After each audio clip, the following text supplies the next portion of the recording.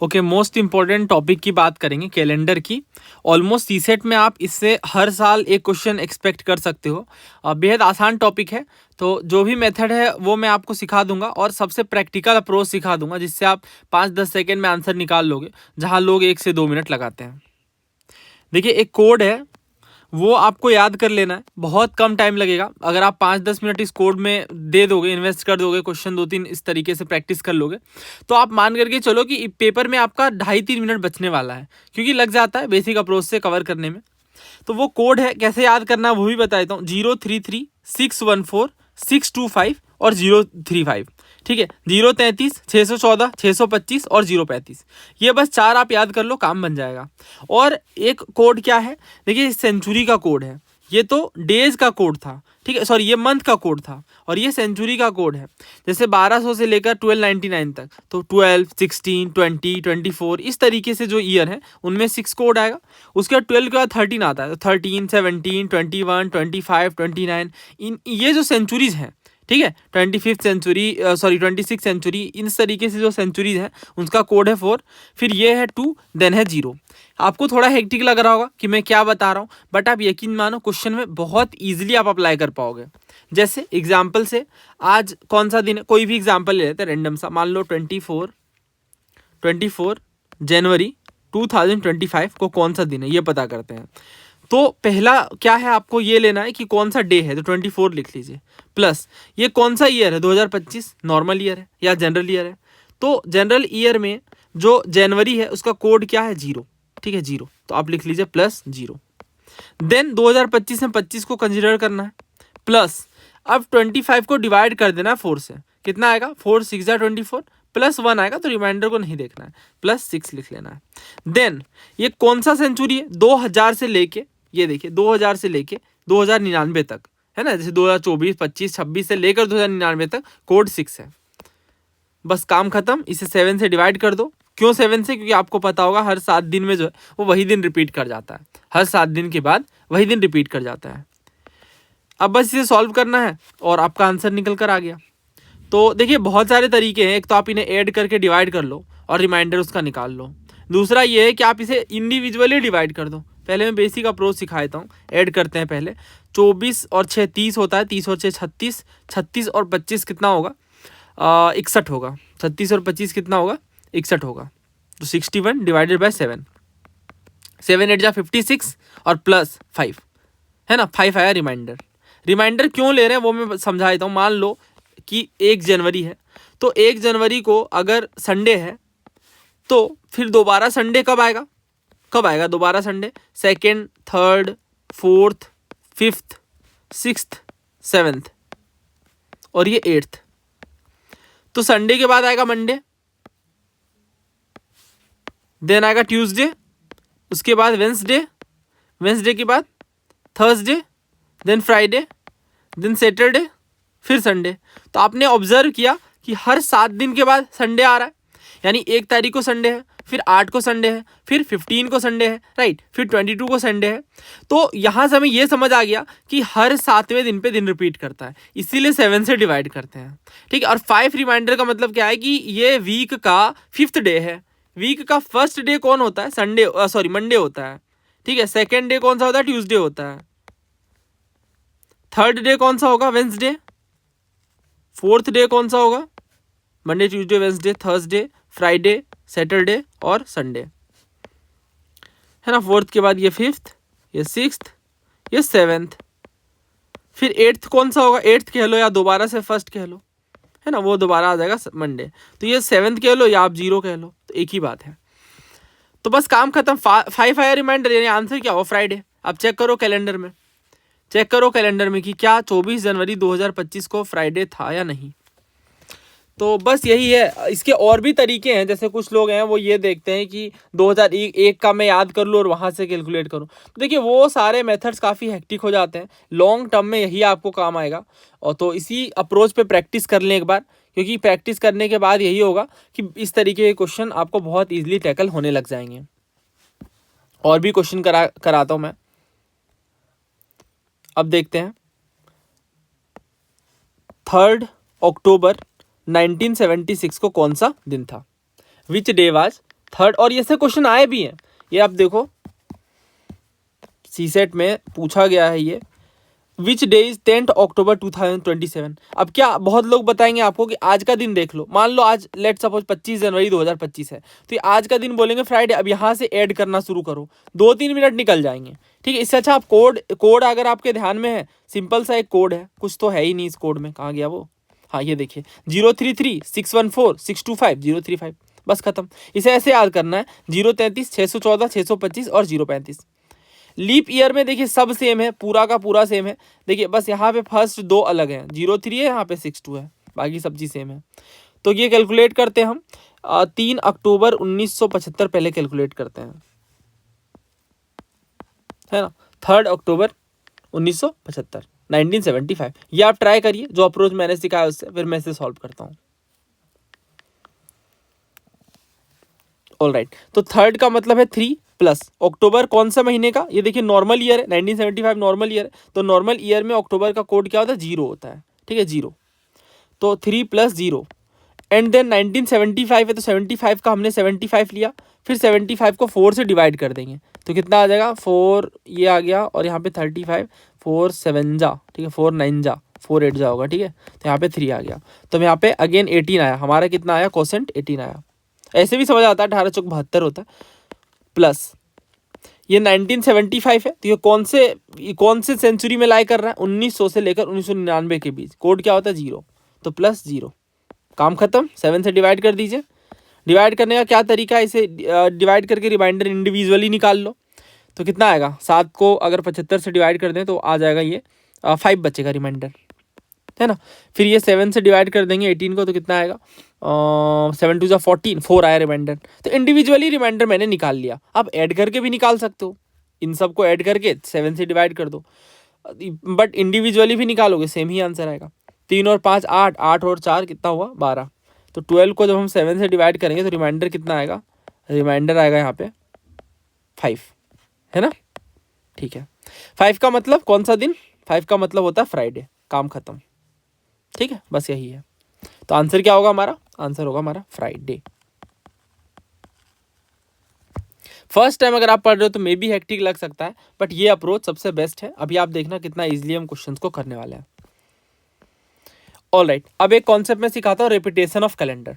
जैसे अगर मैं आपको कहूँ 2025 चल रहा है, 2025 में पहला दिन कौन सा था, वेंसडे था। 1 जनवरी को क्या था, वेंसडे था। तो अगर ये कैलेंडर हमें दोबारा यूज करना है, यानी 1 जनवरी को ही वेडनेसडे आ जाए, तो हम कौन सा कैलेंडर यूज करेंगे। तो अब 2031 देखो, सेम चीज़ है, मतलब यहाँ भी वेंसडे है, यहाँ भी वेंसडे है। इसका लॉजिक भी समझाता हूँ, क्या लॉजिक है देखो। 1 जनवरी 2025 को वेंसडे है, ठीक है। तो 1 जन 2026 यानी अगले साल के 1 जनवरी को कौन सा दिन होगा। तो देखिए एक साल में होते हैं 365 दिन, ठीक है। हर 7 दिन के बाद रिपीट कर रहा है, तो 7 से डिवाइड कर लो, क्या रिमाइंडर आएगा 7 5 जा 35 और 7 2 जा 14, रिमाइंडर 1 आएगा, यानी एक दिन बढ़ जाएगा। वेंसडे के बाद ये क्या हो जाएगा, आप चेक कर लेना अगले साल नए साल में, या आप गूगल करके भी चेक कर सकते हो। संडे, मंडे, ट्यूसडे, वेंसडे और ये थर्सडे, यानी अगले साल कौन सा दिन आने वाला है, थर्सडे। देन 1 जन 2027 को कौन सा दिन होगा। तो अगेन आप देखो नॉर्मल ईयर है, यानी 365 डेज है, यानी फिर से एक दिन बढ़ जाएगा, फिर से क्या होगा, एक दिन बढ़ जाएगा। थर्सडे के बाद क्या आएगा, फ्राइडे। तो 1 जनवरी 2027 को होगा फ्राइडे। देन देखते हैं 1 जन 2028 को कौन सा दिन होगा। तो 27 से 28 नॉर्मल ईयर ही है, यानी फ्राइडे के बाद ये क्या होगा, फ्राइडे के बाद क्या आएगा, थर्सडे, फ्राइडे, सैटरडे। फिर अगेन 1 जनवरी 2029 को क्या होगा। अब ध्यान से देखिए 2028 जो है ना, ये लीप ईयर है ना, ये लीप ईयर है। तो लीप ईयर में 366 डेज होते हैं, यानी ये रिमाइंडर 2 आ रहा है। रिमाइंडर कितना आ रहा है, 2 आ रहा है। तो अब एक नहीं 2 दिन बढ़ जाएगा, ठीक है। सैटरडे के बाद क्या आ जाएगा, संडे, देन मंडे, देन ये साइकिल कंटिन्यू होगी। फिर 2030 का 1 जन को क्या आएगा, फिर अगेन आप एक दिन जोड़ दो तो ये आ जाएगा ट्यूसडे। फिर 2031 को क्या आएगा, फिर आएगा वेंसडे। तो आपने देखा कि ये जो कैलेंडर है 2025 वाला, ये दोबारा 2031 में रिपीट कर जा रहा है। बस यही लॉजिक है, बट इतना आपको याद करना है नहीं, इतना कोई लॉजिक लगाना है नहीं पेपर में। बस ये देखना है कि अगर लीप ईयर है, अगर लीप ईयर है तो 28 साल के बाद रिपीट करेगा। अब बोलोगे इतना टाइम क्यों लग जाएगा, यहाँ तो 6 साल के बाद ही रिपीट कर गया, क्योंकि ये नॉर्मल ईयर था ना। लीप ईयर देखो बहुत ही अजीब सी सिचुएशन है, क्योंकि वहां पे हर बार 2 ऐड हो रहा है, तो कभी वो 7 पे पहुंच ही नहीं पा रहा, 28 साल लग जा रहे हैं। ठीक है, इस वजह से आप ट्राई करके देखना। ठीक है, अब बहुत सिंपल है, 2000 यहाँ 24 ले लो और देखना कब कैलेंडर रिपीट करता है, देख लेना आप ट्राई करके, 28 साल बाद ये जाकर रिपीट करेगा। बस ये था। अगर नॉर्मल ईयर है तो वो कब रिपीट करता है, 11 साल के बाद रिपीट करता है। अगर नॉर्मल ईयर है तो वो 11 साल के बाद रिपीट करता है। बट अगर 11 साल के बाद लीप ईयर आ जाए तो लीप ईयर और नॉर्मल ईयर तो हमेशा सेम हो नहीं सकते हैं, है ना, क्योंकि लीप ईयर में 365 डेज होते हैं और सॉरी लीप ईयर में 366 डेज होते हैं और नॉर्मल ईयर में 365। इस वजह से उसमें 6 जोड़ते हैं। अगर आप थोड़ा भी कंफ्यूज हो रहे हो तो मैं आपको दिखाता हूँ क्वेश्चन करवा के, ताकि आपको कंप्लीट क्लैरिटी मिल जाए। जैसे अगर मैं आपसे कहूं कि 2029 का कैलेंडर कब रिपीट करेगा, है ना, कब रिपीट करेगा, तो अब आप इसे ऐसे समझिए, 2029 के बाद क्या आएगा, 30 आएगा, यानी 1 साल बढ़ा, फिर अगेन 1 दिन बढ़ा, क्योंकि एक ही दिन बढ़ता है 1 साल रिपीटेशन में। तो उसके बाद 2030 आ गया, फिर 2031 आ गया, फिर 2032 आ गया, फिर प्लस अब 2 ऐड करेंगे। क्यों, क्योंकि 2032 क्या है, लीप ईयर है, और लीप ईयर में तो 366 डेज होते हैं, यानी रिमाइंडर कितना आता है, 2 आता है। तो बस उसी लॉजिक से हमें चलना है। मैं दोनों अप्रोच से क्वेश्चन करके दिखाऊंगा ताकि आपको कंप्लीट क्लैरिटी मिल जाए। पहले 1 बाय 1 क्वेश्चन देखते हैं। देखिए बोल रहे हैं 2004 में जो है फरवरी के महीने में 5 सैटरडे थे, तो आपसे पूछ रहा है कि किस ईयर में लास्ट 5 सैटरडे देखने को मिले होंगे। तो अभी देखो 2004 क्या लीप ईयर है, और मैंने आपको क्या सिखाया है कि हर लीप ईयर अपने आप में 28 साल बाद रिपीट करता है, यानी 28 साल पहले भी वही दिन रहा होगा। तो 2004 में 28 घटा दें अगर हम, तो ये कितना आ गया, 14 में 8 जाएगा, ये 6 होगा, और 9 में 2 जाएगा 7, 1976। तो आंसर क्या है, ऑप्शन डी, है ना। 1 सेकंड भी नहीं लगेगा अगर आपको याद है कि हर 28 साल बाद लीप ईयर रिपीट करता है तो। अदरवाइज बेसिक अप्रोच 4 मिनट जाएंगे। कैसे, देखो 2004 में यहाँ लिखूंगा 2004, और मैं लिखूंगा फेब, यहाँ है 5 सैटरडे। अब हमें देखना है कि अगर कोई भी दिन हम रेंडमली पकड़ लें, मान लो 1 फेब को 2004 में संडे था, तो अब मुझे देखना है कि यहाँ कितने साल पहले वापस से संडे आया, है ना। तो क्या 2003 में आया, नहीं, आप 1 घटाओगे, फिर 1 घटाओगे, फिर अगेन जब लीप ईयर आ जाएगा तो 2 घटाओगे। तो ऐसे मैनुअली भी कर सकते हो, बट एक एक करके निकालना पड़ेगा, वो बहुत लंबा प्रोसेस है। ठीक है, तो ये विद इन सेकेंड्स आ जा रहा है आंसर हमारा। अगर सेकेंड और अच्छा एक रिपीटेशन वाला और क्वेश्चन है, वो भी कर लेते हैं साथ में ही। हाँ, ये देखिए 29 और ये देखिए ये सारे PYQs हैं। ठीक है, ये CAPF का क्वेश्चन है, और CAPF का क्वेश्चन डायरेक्ट रिपीट करता है सिविल सर्विसेज में, जैसा कि आप देख सकते हो 12 साल बाद। इन्हें लगता है कि हम CAPF के PYQs नहीं करके जाते हैं, बट हम बहुत थॉरोली करके पेपर में जाने वाले हैं। 29 फरवरी 2000 को ट्यूसडे था, तो अगर तो आपको बताना है कि पूरे सेंचुरी में, यानी 2000 से लेकर 2099 तक कितनी बार ट्यूसडे देखने को मिलेगा 29 फरवरी को ही, है ना। तो 29 फेब 2000 को है ट्यूसडे, राइट। आपको बताना है कि कितनी बार 2000 से लेकर 2099 तक सेम डेट देखने को मिलेगा। तो 2000 क्या है, 2000 इज अ लीप ईयर, है ना। लीप ईयर हर 28 साल के बाद रिपीट करता है, लीप ईयर का कैलेंडर हर 28 साल के बाद रिपीट करता है। यानी अगर आपके पास 2000 का कैलेंडर है तो 2028 में भी आप उसी कैलेंडर को यूज कर सकते हो, आपको नया कैलेंडर खरीदने की नीड नहीं है। फिर 28 साल के बाद 2056 में भी आप सेम कैलेंडर को यूज कर सकते हो। फिर 28 साल के बाद 2082 में भी सेम कैलेंडर को 2084 में भी सेम कैलेंडर को यूज कर सकते हो। फिर 28 साल बाद यानी 2000 कितना है ये, 3012, ठीक है, 3012 AD में भी आप सेम कैलेंडर को यूज़ कर सकते हो, बट हमें ये नहीं लेना है, बिकॉज हमसे कहा गया है कि आप बताइए 1 साल में जो है कितनी बार यूज़ होगा। तो 1 साल में 2028 में आप यूज़ कर पाओगे, 2056 में यूज़ कर पाओगे, और 2084 में। तो 3 बार जो है आप यूज़ कर लोगे, है ना। सेम सेंचुरी, इस सेंचुरी में आप 3 बार कैलेंडर को यूज़ कर लोगे। कब, इस डेट के बाद, यानी 2000 के बाद। कब 2028 में, 56 में और 2084 में। तो बस रिपीटेशन वाला ही क्वेश्चन है, और भी होंगे ऐसे तो, आई गेस कहाँ गए।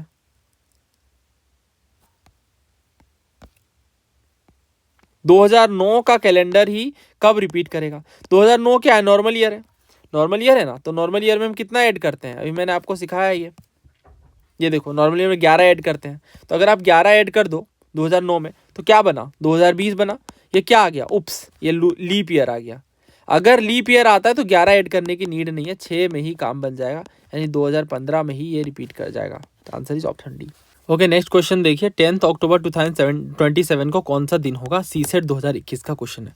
वैसे तो ये पेपर जब 2021 में हुआ तो 10 अक्टूबर का डे आप पता करके वहाँ से एक एक दिन जोड़ करके निकाल सकते थे, है ना। बट हमें तो बेस्ट मेथड पता है, इसमें आप 4029 में भी 28 फेब को कौन सा डे होगा वो भी निकाल सकते हो, राइट, जो मेथड हमें पता है। 10 अक्टूबर, अक्टूबर का कोड कितना है? 0। अभी हमने क्वेश्चन किया। 2027 का लास्ट 2 डिजिट लिख देंगे। 27 को 4 से डिवाइड करेंगे, 4 6 जा 24, 4 7 जा 28, है ना, तो यानी 6 लिखेंगे। प्लस, क्योंकि क्वेश्चन लिखना होता है, प्लस ये 2027 किस में लाई करता है, किस सेंचुरी में? 2000 से लेकर 2099 में। 21st सेंचुरी का कोड होता है 6। उम्मीद है आपको याद होगा। 2 ही सेंचुरी तो बार बार यूज ही होगी, पहली होगी 21st सेंचुरी और दूसरी 20th सेंचुरी, यानी ये दोनों, पहला ये और दूसरा ये। तो इसका कोड है 6 और इसका कोड है 0। अभी हमें क्या कोड यूज करना है? 6 यूज करना है ना, तो +6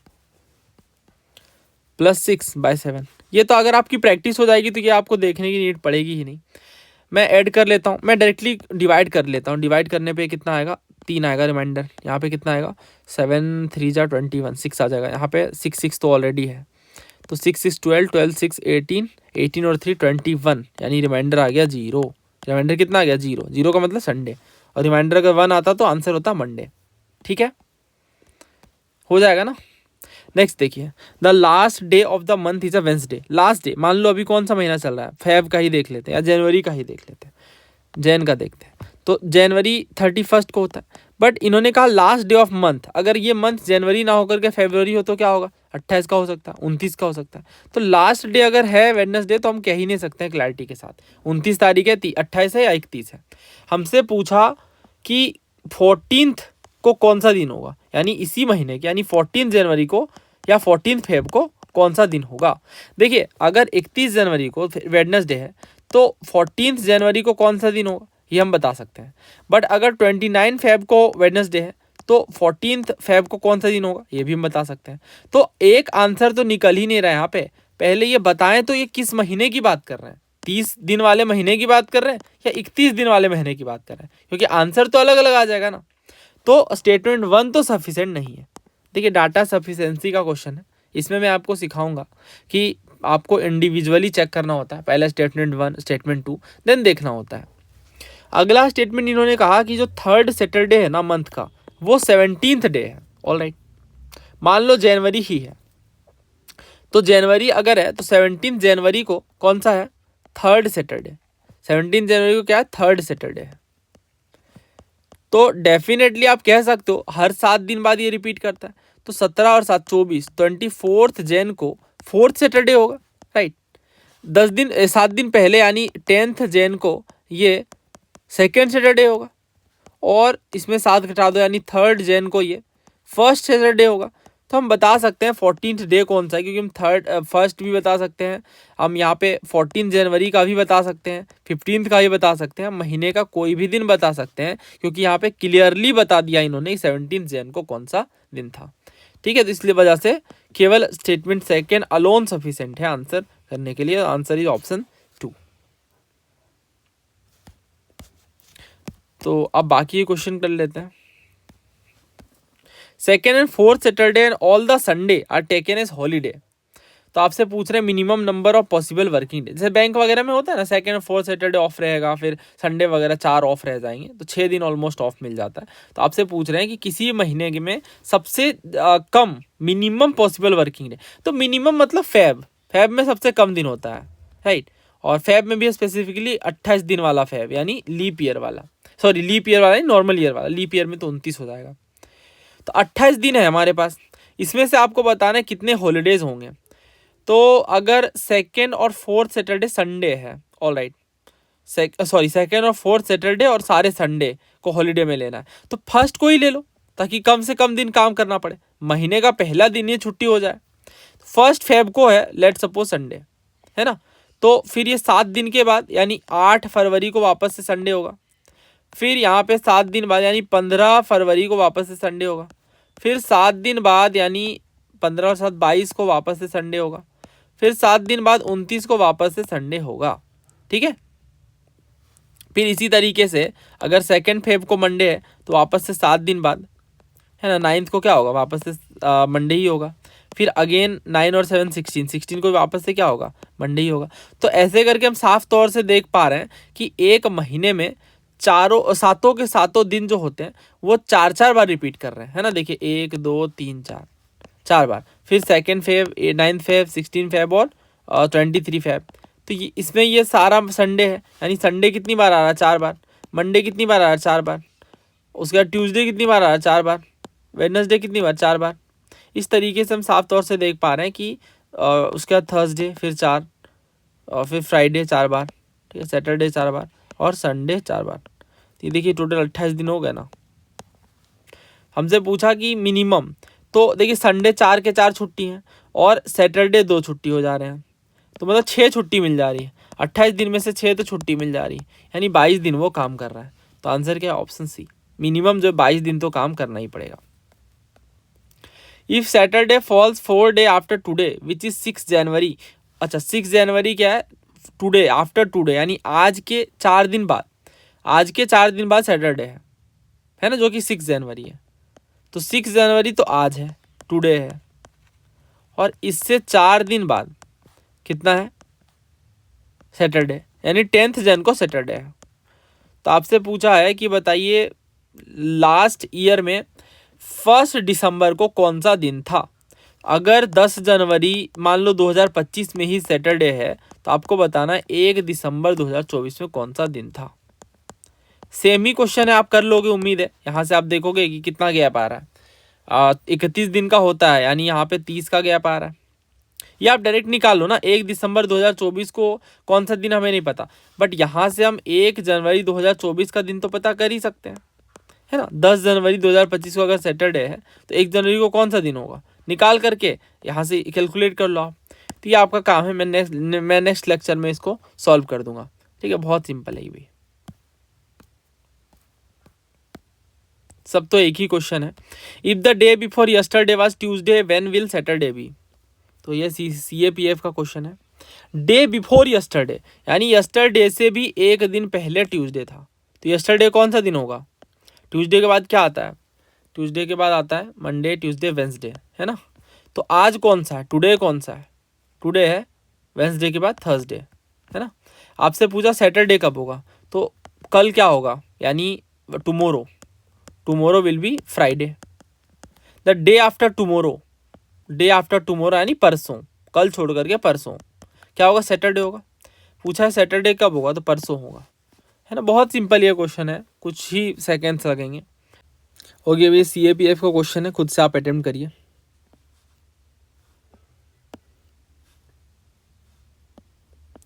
if 1 March of a year is Sunday, which day will be the 1 Feb of next year. Alright, तो मान लो कि 1 मार्च जो है वो 2025 का ही मान लेते हैं, संडे है। तो आपसे पूछा है 1 फेब 2026 को कौन सा दिन होगा। बहुत सारे तरीके हैं, देखो इस तरीके के क्वेश्चन में ना। एक तो आप ये पता कर लो कि 1 फेब 2025 को ही कौन सा दिन है, फिर बस 1 महीने का गैप रह जाएगा, आप इजीली कैलकुलेट कर लोगे, समझ गए ना। आप ये निकाल लो कि 1 फेब 2025 को कौन सा दिन है, कैसे निकालोगे, सॉरी 1 मार्च पहले निकालोगे ना, 1 मार्च कैसे निकालोगे बताओ। याद करिए, मैंने आपको बताया है कि जब भी आप 1 साल बढ़ते हो, 2026 लिखना है। याद करिए, मैंने आपको बताया कि जब भी आप 1 साल बढ़ते हो तो आपको क्या करना होता है, कुछ नहीं, बस एक दिन जोड़ना रहता है, नॉर्मल ईयर है तो। इसका लॉजिक भी मैंने बताया कि 365 को जब आप 7 से डिवाइड करते हो तो 1 रिमाइंडर आता है। दैट मीन्स कि हर 7 दिन के गैप में एक दिन एक्स्ट्रा बढ़ गया, है ना। तो यहाँ पे क्या आएगा, संडे के बाद मंडे आएगा। 1 मार्च 2016 को क्या आएगा, सॉरी 2026 को क्या आएगा, मंडे आएगा। आपको बताना है 1 फेब 2026 को क्या आएगा। कैलकुलेट कर पाओगे आप। देखो 2026 तो नॉर्मल ईयर है, और नॉर्मल ईयर में फरवरी में 28 दिन होते हैं, है ना, 28 दिन होते हैं। दैट मीन्स यहाँ जो भी दिन रहा होगा उसमें ये 28 दिन जुड़ करके मंडे पहुँचा होगा, राइट। तो हमें 28 दिन कम करना है। 28 दिन कम करने का मतलब 7 का ही गैप कम करना है। दैट मीन्स 1 Feb 2026 को भी मंडे ही आएगा। क्यों? क्योंकि 28 दिन का गैप हो गया। 28 दिन मतलब 7 का गैप हो गया। अगर 29 दिन का गैप होता ना तो 1 सबट्रैक्ट कर देते, यानी संडे में पहुंच जाते। तो आंसर क्या है यहाँ पे? Option D, Monday.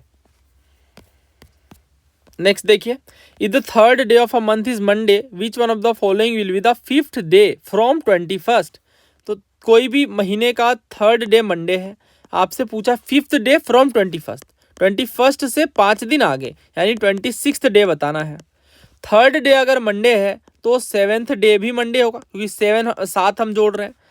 अगर 10th डे भी मंडे है, दैट मीन्स 17th डे भी मंडे होगा, है ना।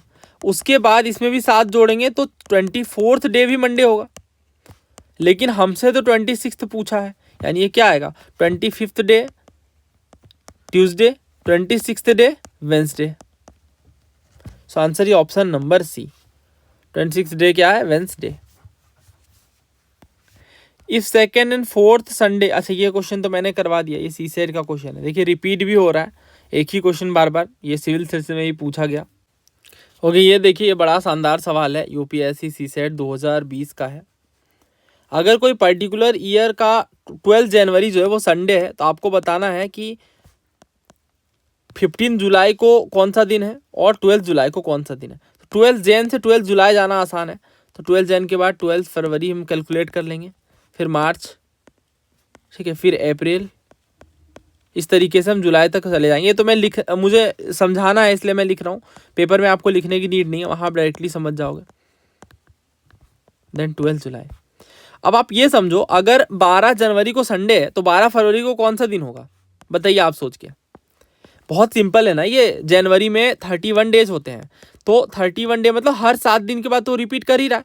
तो 7 1 जा 7, 7 2 जा 14, 7 3 जा 21, 7 4 जा 28, यानी बस 3 ही जोड़ना है ना। 3 जोड़ने के बाद यानी मंडे ट्यूसडे वेंसडे होगा 12 फेब को, है ना, यानी 3 हमने जोड़ा। फिर फेब से मार्च में जाना है, तो देखिए फेब तो 28 दिन का होता है, नॉर्मल ईयर में फेब 28 दिन का होता है, तो यानी हमें 0 ऐड करना है नॉर्मल ईयर में, ठीक है, नॉर्मल ईयर में ये। उसके बाद मार्च से अप्रैल में जाने के लिए तो मार्च 31 दिन का होता है, यानी 3 ऐड करेंगे। अप्रैल से मई में जाने के लिए अप्रैल 30 दिन का होता है, यानी 2 ऐड करेंगे, क्योंकि 7 4 जा 28, 2 आए रिमाइंडर। मई से जून में जाने के लिए मई तो 31 दिन का होता है, यानी 3 हम ऐड करेंगे। जून से जुलाई में जाने के लिए 2 ऐड करेंगे। तो टोटल हम कितना ऐड कर रहे हैं? 3 2 5 2 7 7 3 10 और 3 13। नॉर्मल ईयर में हम 13 डे ऐड कर रहे हैं। 13 डे का मतलब 6 डे ऐड कर रहे हैं, क्योंकि 7 के बाद तो वही रिपीट कर जाएगा। 13 डे कह लो या कह लो 6 डेज ऐड कर रहे हैं हम। तो 6 डेज अगर हम ऐड कर रहे हैं तो कौन सा दिन पहुंच रहा है? तो नॉर्मल ईयर में 12 जुलाई को हम 6 दिन बाद, यानी संडे के 6 दिन जोड़ देंगे तो हम पहुंच जाएंगे सैटरडे में, है ना। तो 12 जुलाई को नॉर्मल ईयर में क्या है? सैटरडे है। यहाँ तो नॉट अ लीप ईयर, तो नॉट अ लीप ईयर में क्या है? संडे नहीं, सैटरडे है। लीप ईयर में क्या कहानी चलेगी? लीप ईयर में देखो, ये फरवरी जो हमने 0 लिखा, ये तो बढ़ करके 1 हो जाएगा, यानी यहाँ 1 दिन बढ़ जाएंगे, 13 की जगह 14 दिन हो जाएंगे, या यूं कहें 7 दिन हो जाएंगे, या यूं कहें 0 दिन, मीन्स कोई रिपीटेशन नहीं, क्योंकि 7 का फैक्टर है 14, 7 से डिवाइड हो रहा है। 7 दिन बाद, 14 दिन बाद, 21 दिन बाद, यहाँ 14 नहीं, अगर यहाँ 21 भी आता ना ऐड करने पे, तो भी हमारा आंसर क्या होता? तो भी हमारा आंसर संडे ही होता, है ना, क्योंकि ये 7 से डिविजिबल है। तो बस यही है। अगर यहाँ हमें नॉर्मल ईयर में ऑप्शन में यहाँ अगर सैटरडे लिख देते हैं तो आंसर सैटरडे सही हो जाता, क्योंकि नॉट अ लीप ईयर में सैटरडे आ रहा है और लीप ईयर में संडे आ रहा है, क्योंकि लीप ईयर में 1 दिन बढ़ जाता है, तो सैटरडे की बजाय संडे हो जाएगा। तो ये थी अप्रोच, और यहाँ पे हमने कैलेंडर के अलग अलग तरीके के क्वेश्चन करे। अब कुछ क्वेश्चन प्रैक्टिस सेट में आप कवर कर लो, जो कि मैं शेयर करूँगा, तो बहुत ईजिली आपके ये टॉपिक क्लियर हो जाएंगे, और इस पे बेस्ड क्वेश्चन आपको पेपर में देखने को मिलते ही हैं। Thank you.